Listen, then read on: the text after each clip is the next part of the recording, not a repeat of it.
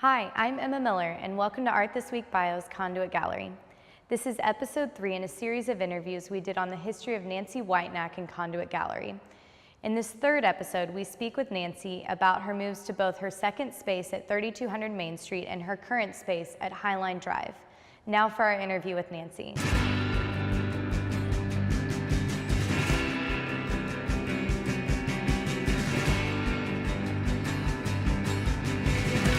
What prompted your move from your Elm Street location to your Main Street location in Deep Ellum? Deep Ellum in the late 90s was becoming quite a punk place. I actually had a large plate glass window broken, which prompted me to have to put metal cage in front of the windows because I was afraid it would happen again.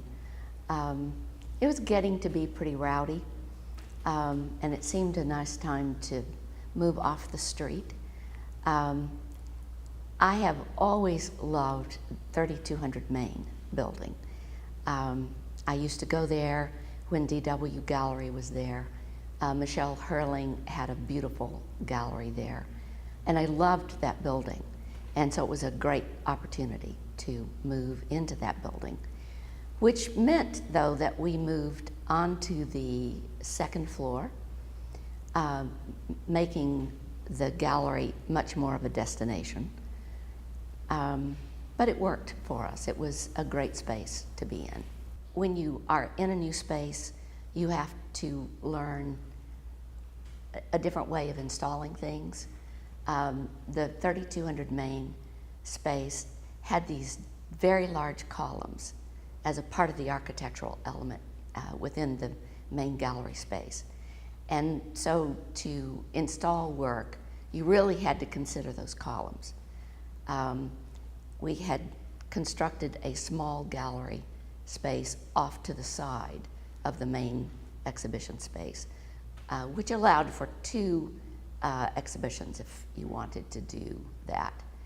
So it was you had to kind of reevaluate how you installed, and the space asked for a certain kind of consideration. So with that in mind, I know sculptor Tom Orr was kind of one of your first shows there.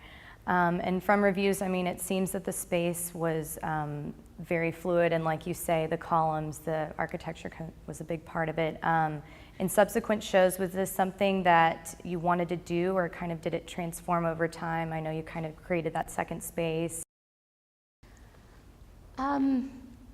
Yes, I mean, because this space was quite different.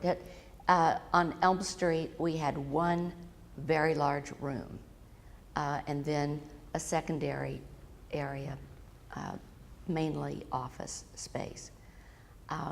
So the space on Elm Street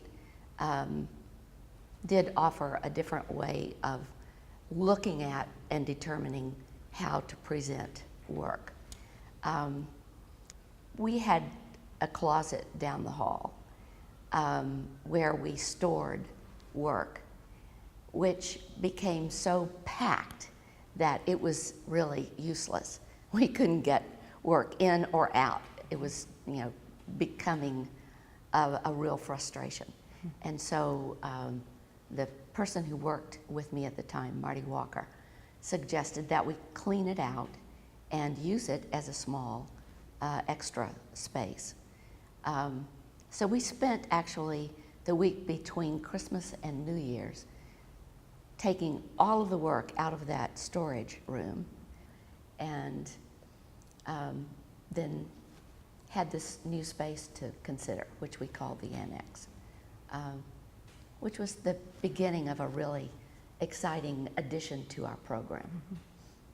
I did a number of installations that really were not about selling art so much as they were about really exploring a larger idea. Robert Barsamian comes to mind. He did a number of installations where he would come into the gallery space and literally build it out and transform the space. And his work was about the Armenian genocide. And so it was really educational and provocative in terms of the ideas he was working with.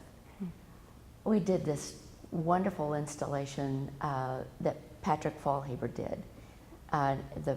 The show was called Dance, and he had built a wooden dance floor across the gallery and hung a big mirror ball and had a jukebox, and music was always playing. And then he did these really small, exquisite little paintings, which he hung around the gallery. And that was a really charming and wonderful installation. It's been something that's been important to me, is to not only do beautiful shows of an artist's work that certainly is for sale, but also do some installations that really are about substantial ideas that may not have anything for sale.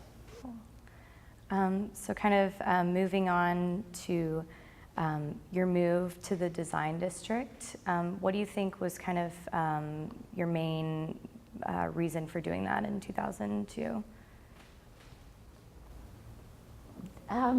Deep Ellum was becoming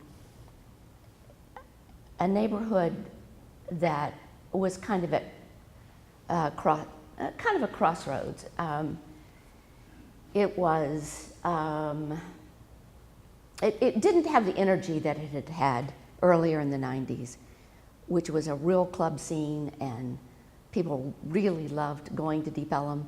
I think there was a lot more kind of petty crime going on, cars getting broken into. People were not as interested in coming down to Deep Ellum. So I had a call from someone who worked in the design district who wanted me to come and look at spaces in the design district. I thought, that's interesting.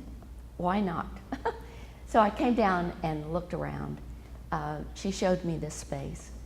And I had the feeling that I either needed to close the gallery and do something different, or I needed to really kind of remake myself, reinvest the gallery.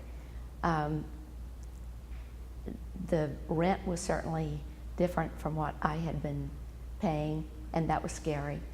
But it seemed like a really interesting idea in a neighborhood with great furniture companies, a really nice neighborhood, lots of parking.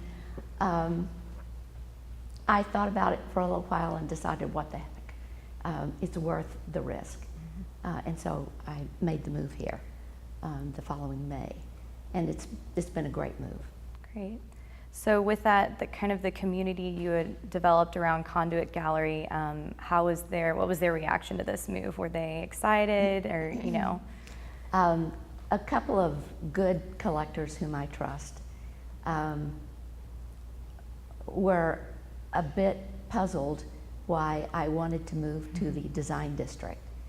They were afraid that I would be perceived as becoming decorative or something. And they wondered if it were a good move or not for me. I, on the other hand, felt like it was great space. A lot of people come down here for various reasons to begin with. It got rid of some of the problematic issues that Deep Ellum had become for me. So with that being in mind, now you being in your 30th year, looking back, which of the 3 locations would you say has been your favorite? I loved the 3200 Main building. I loved the architecture of the building. I love the fact that Under Main Theater was there. I had an apartment next door, which I really enjoyed very much.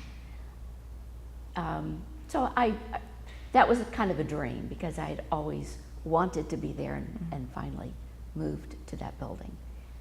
But I have to say, moving to this neighborhood has been a very smart move for me.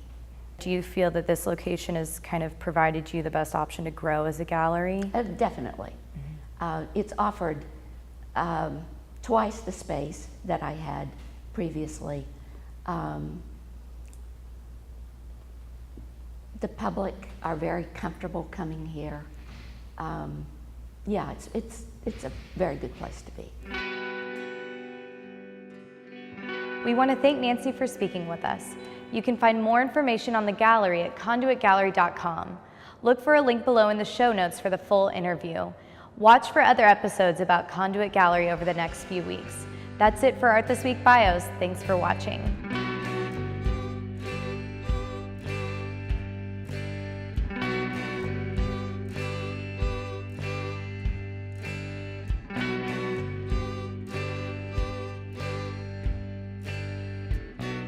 I still got your Polaroid.